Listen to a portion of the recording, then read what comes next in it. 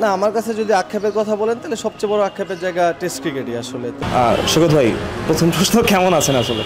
ভালো, আলহামদুলিল্লাহ ভালো। আমি যে এটা নিয়ে প্রশ্ন করতে চাই, আসলে আপনি হয়তো বুঝতে পেরেছেন, আপনার সাথে কথা হচ্ছিল।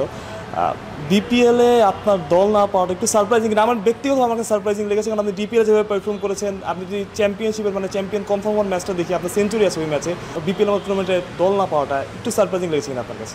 সারপ্রাইজিং, অবশ্যই সারপ্রাইজিং আমার কাছে। But end of the day আপনার বুঝতে হবে যে ফ্র্যাঞ্চাইজি ক্রিকেটে অনেক যে কোনো কিছু হতে পারে। সো ওই জায়গা থেকে তারপরে মনে হয়েছে যে না, এটা এই বাস্তবতা মানতেই হবে আসলে। কিন্তু ভাই, আপনি যদি পারফরমেন্সের কথা চিন্তা করেন, 120-এর উপর স্ট্রাইক রান যদি ভুল না করে ডিপিএলে, তারপরেও দল না পাওয়া, আপনি তো আশা করেছেন দলটা পাবেন? না, আশা তো অবশ্যই করি, কারণ আসলে হয়তোবা মানুষের যে এক্সপেকটেশনস ছিল ইন্টারন্যাশনাল ক্রিকেটে, হয়তোবা ওইভাবে আমি করতে পারিনি, হয়তোবা ওই জায়গাতে আর অনেক আমার ইমপ্রুভ করার জায়গা আছে। বাট ডোমেস্টিক ক্রিকেটে আমার মনে হয় না যে ওই জায়গাটা আছে, যে সবসময় আমি পারফর্ম করেছি। হয়তো লাস্ট বিপিএলটা আশানুরূপ হয়নি, বাট এই বছর টিম হবে না সেটা আমি কখনোই আশা করিনি। আমি যদি ডিপিএলের কথা চিন্তা করি, আপনার সময় 5 নম্বর 6 নম্বরে ব্যাট করতেন, এবং ওই সময় ভাইটাল 30-35 রান অনেক সময় গুরুত্বপূর্ণ হয়ে যায়। আপনার কি মনে হয় ক্যারিয়ারে এই জায়গায় ব্যাটিং করাটা আপনার জন্য একটু ব্যাকফায়ার করেছে?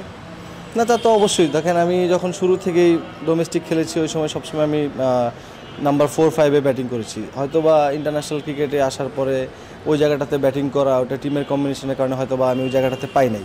সো আলটিমেটলি যখন আমি নাম্বার 7-এ নিজেকে মানানোর চেষ্টা করলাম, অনেক সময় হয়েছে, অনেক সময় হয়নি। বাট ওই কালচারটা মনে হয় না তৈরি হয়েছে আমাদের, যে ওই একটা 6 মারার যে আপনার মানে টিমের যে গুরুত্বটা, সেটা হয়তোবা আমাদের দেশে ওইভাবে কাউন্ট করা কখনোই হয়নি।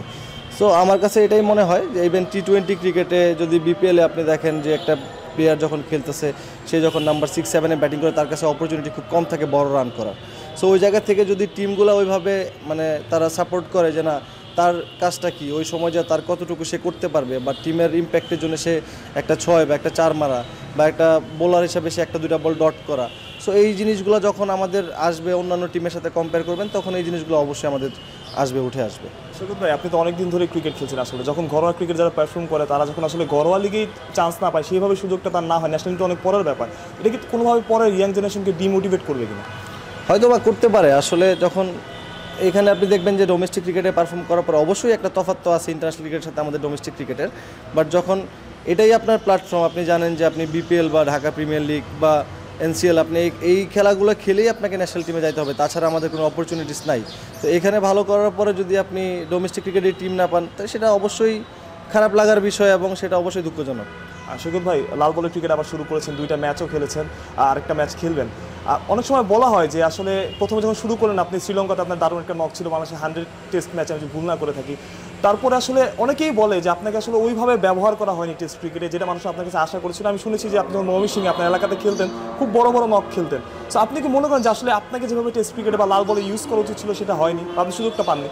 না, আমার কাছে যদি আক্ষেপের কথা বলেন তাহলে সবচেয়ে বড় আক্ষেপের জায়গা টেস্ট ক্রিকেটই আসলে। তো হয়তোবা ওইখানে আমি আরও বেশি সুযোগ পাইলে, ওই সময়টাতে যে মোমেন্টাম ছিল, যেমন ভালো খেলতেছিলাম, তো আমার মনে হয় যে ওই সময়টা আমি ধরে ফেলছিলাম।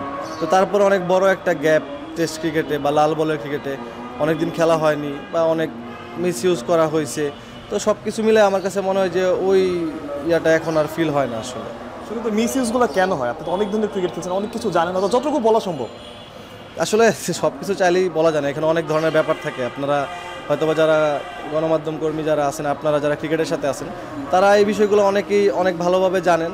অনেকে হয়তোবা প্রকাশ করেন, অনেকে হয়তোবা প্রকাশ করেন না। সো আমাদের জায়গা থেকে হয়তোবা যতটুকু আমরা পারি আমরা বলতে পারি, বাট আমার মনে হয় না যে সবাই ব্যাপারগুলো বলতে পারে। বাট সবাই বলতে পারলে আমার মনে হয় জিনিসগুলো আরও আগেই সমাধান হয়ে যেত। বাট আমি আশা করব এখন যারা আছেন তারা এই জিনিসগুলো সমাধান করবেন, এবং মানে এই সমাধানগুলো তারা খোঁজার চেষ্টা করবেন আসলে। ভাই, লাস্ট 2টা কোশ্চেন। আসলে অনেক সময় আমাদের ক্রিকেটে দেখা যায় যে আপনি এক ফর্মেটে খারাপ করলেন, আপনি অন্য ফর্মেটে বাদ পড়ে যাচ্ছেন। যেমন টেস্ট ক্রিকেটে আপনার বেলা যেটা হয়েছে, আসলে যে এক ফর্মেটে পারফর্ম হচ্ছেন, অন্য ফর্মেট থেকে আপনাকে সরিয়ে দেওয়া হচ্ছে, এই জায়গাটা থেকে বের হয়ে যাওয়ার সময় এসেছে কিনা? না, এটা আসা উচিত। আমার কাছে মনে হয় যে আপনি একটা প্লেয়ার যদি একটা ফর্মেটে ভালো খেলে, তাকে আরেকটা ফর্মেটে নেওয়ার আগে আপনি তার ডোমেস্টিকে পারফরমেন্স দেখবেন, সে ওইখানে কেমন করতেছে। বা একটা ফর্মেট দেখে তারা 3টা ফর্মেট থেকে বাদ না দেওয়া, এবং একটা ফর্মেট ভালো খেললে তারা 3টা ফর্মেটে না নেওয়া, এটা আমার কাছে মনে হয় যে এটা আমাদের অনেক বড় ক্ষতি হয়ে গেছে আমাদের ক্রিকেটের জন্য। সো এই জিনিসগুলো যদি যত তাড়াতাড়ি সম্ভব যদি আমরা সলভ করতে পারি, এখনও সময় আছে, তাইলে হয়তো বা আমাদের ক্রিকেট আরও ভালোর দিকে যাইতে পারে। বাট তা না হলে আমার কাছে মনে হয় যে এটা এখন যেভাবে যাচ্ছে এরকমই যাবে আর কি। ওয়ান লাস্ট কোশ্চেন, অনেক কিছু তো পরিবর্তন হচ্ছে আসলে বাংলাদেশ ক্রিকেটে। একটা জিনিস যদি পরিবর্তন করতে বলা হয় আপনি সেটা কি বলবেন? এখানে আসলে একটা পার্টিকুলার একটা কিছু নিয়ে আপনি বলতে গেলে হবে না। আমার কাছে মনে হয় এখানে অনেক ধরনের ব্যাপার থাকে, প্লেয়ার থেকে শুরু করে ম্যানেজমেন্ট থেকে শুরু করে আমাদের মাঠ, আমাদের উইকেট, সব কিছুর পরিবর্তন দরকার আছে। ছোট ছোট জায়গা আছে যেগুলোতে আমার কাছে মনে হয় খুব ম্যাসিভ কোনো কিছু চেঞ্জ না করে ছোট ছোট জায়গাগুলোতে যদি আমরা চেঞ্জ করতে পারি, আমার কাছে পার্সোনালি মনে হয় যে না, চেঞ্জ হওয়ার একটা জায়গা আছে ক্রিকেটে। Thank you so much.